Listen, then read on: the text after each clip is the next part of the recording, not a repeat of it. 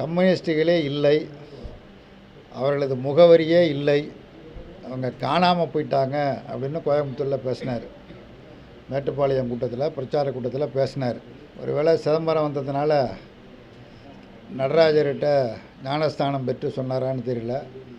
கம்யூனிஸ்டுகள், விசிகே போன்ற கட்சிகள் எங்கள் அணிக்கு வர வேண்டும் அப்படின்னு சொல்லியிருக்காரு. கோயம்புத்தூரில் கம்யூனிஸ்ட் கட்சியே இல்லைங்கிறாரு. சிதம்பரத்தில் கம்யூனிஸ்ட் கட்சி எங்கள் அணிக்கு வர வேண்டும் அப்படின்னு சொல்லியிருக்காரு.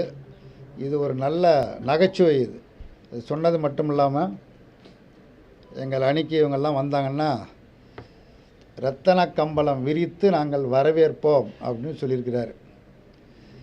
அவர் ஏற்கனவே சேர்ந்திருக்கிற அணி பாரதிய ஜனதா கட்சி. அது ரத்தன கம்பளம் அல்ல, இரத்த கரை படிந்த கம்பளம். அது அந்த இரத்தக்கரை படிந்த கம்பளத்தில் இவர் பயணம் பண்ணுறார், எடப்பாடி பயணம் பண்ணுறார். அதன் ஆபத்தை உணராமல் அல்லது ஆபத்தை உணர்ந்தும் தனக்கு ஏற்பட்டிருக்கிற நெருக்கடியின் காரணமாக அவர் பயணம் பண்ணுறார். அவ்வாறு பயணம் செய்யக்கூடியவர் திமுக கூட்டணியில் இருக்கிற விடுதலை சிறுத்தைகள், கம்யூனிஸ்ட் கட்சிகள்லாம் வர வேண்டும் அப்படின்னு அழைப்பு விடுத்திருப்பது மிகுந்த நகைச்சுவைக்கு உரியது. நான் தான் கூட்டணிக்கு தலைவர், நான் தான் முதலமைச்சர் என்று இவர் தன்னைத்தானே அறிவித்துக் கொள்கிறாரே தவிர பாரதிய ஜனதா கட்சி இவரை முதல்வர் வேட்பாளராக அறிவிக்கவில்லை. இந்த கூட்டணிக்கு அதிமுக தான் எடப்பாடி பழனிசாமி தலைவர்னு அறிவிக்கலை. அமித்ஷா திரும்ப திரும்ப சொல்கிறார், கூட்டணி ஆட்சி தான், அந்த ஆட்சியில் பாஜக பங்கு பெறும் என்பதை திட்டவட்டமாக தெரிவிக்கிறார். இன்னும் சொல்லப்போனால் முதலமைச்சர் வேட்பாளர் யார் அப்படிங்கிறத கூட எடப்பாடி பழனிசாமின்னு அமித்ஷா ஒருபோதும் சொல்லலை. தமிழ்நாட்டிற்கு பாஜக தொடர்ந்து துரோகம் இழைத்து வருகிறது. பாஜகவால் தமிழ்நாட்டிற்கு மிகப்பெரிய ஆபத்து காத்திருக்கிறது, பேர் அபாயம் காத்திருக்கிறது, தமிழ்நாட்டை வஞ்சிக்கிறது.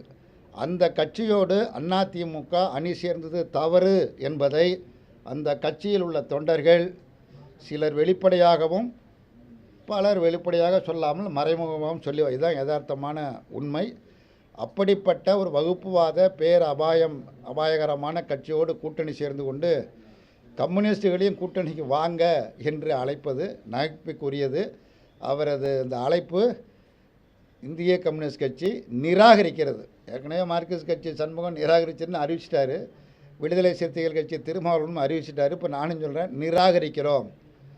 உங்களது கூட்டணி ஒப்பேறாத கூட்டணி. நீங்கள் இருக்கிறதே 2 பேர் தான்.